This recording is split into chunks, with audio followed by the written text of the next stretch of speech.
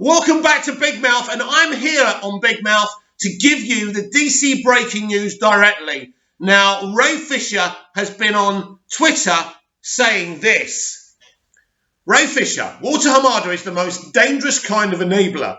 His lies and WBPR's failed September the 4th hit piece sought to undermine the very real issue of the Justice League investigation. I will not participate in any production associated with him. Wow. Well, again, Ray Fisher has managed to find some dynamite to throw at us all. I've actually quote tweeted Ray and said this. I think for the fans that he and Walter need to sit down and thrash this out. Because, Ray, I don't think Walter Hamada is going anywhere. Listen, Ray, this is my opinion. I think that they'd rather use you as Cyborg, but if they can't, they'll either use the Doom Patrol guy, and I think they'll probably use him in the Flashpoint movie, or they can just pluck up another actor to play another version of Cyborg, you know, in the multiverse, from the multiverse. This is a really sad situation, because what I saw of Ray as Cyborg in Justice League was beautiful, and considering the pressure Ray Fisher was under on that toxic set, to deliver a performance that good, only gives me respect for you, Ray. And I just think it's very sad that we are here, that potentially Ray Fisher will never play Cyborg again. But here's the thing, Ray. Even though Walter Hamada's name won't directly be on Zack Snyder's Justice League, he is the head of DC Live Action. So by doing those additional scenes you did for Zack, you were actually working for Walter Hamada. I understand you're upset. I understand you're upset because he wanted you to throw Joss Whedon under the bus and protect Jeff Johns. I think Ray's starting to realise that Jeff Johns isn't going anywhere, and he's very angry.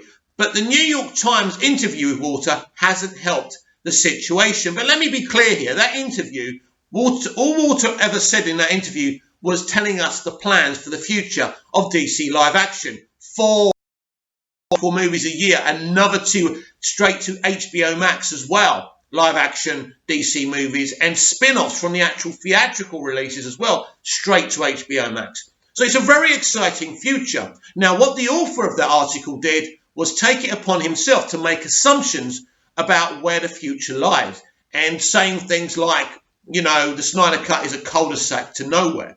Now, he could have spoken to Warner Brothers Pictures, which is probably part of the problem. Now, I know Warner Media have tried to sort this problem out by unifying everything, but clearly there's some elements of Warner Brothers Pictures who want Zack to fail, and this is why they said that about Zack Snyder's Justice League and a possible future of the Snyderverse continuing. And I've said it again, and I said it before, and I'll say it again, that Zack is working directly for John Stankey and Jason Kilar. He is not involved directly with Walter Hamada, so he's protected. His future with the Snyderverse is protected.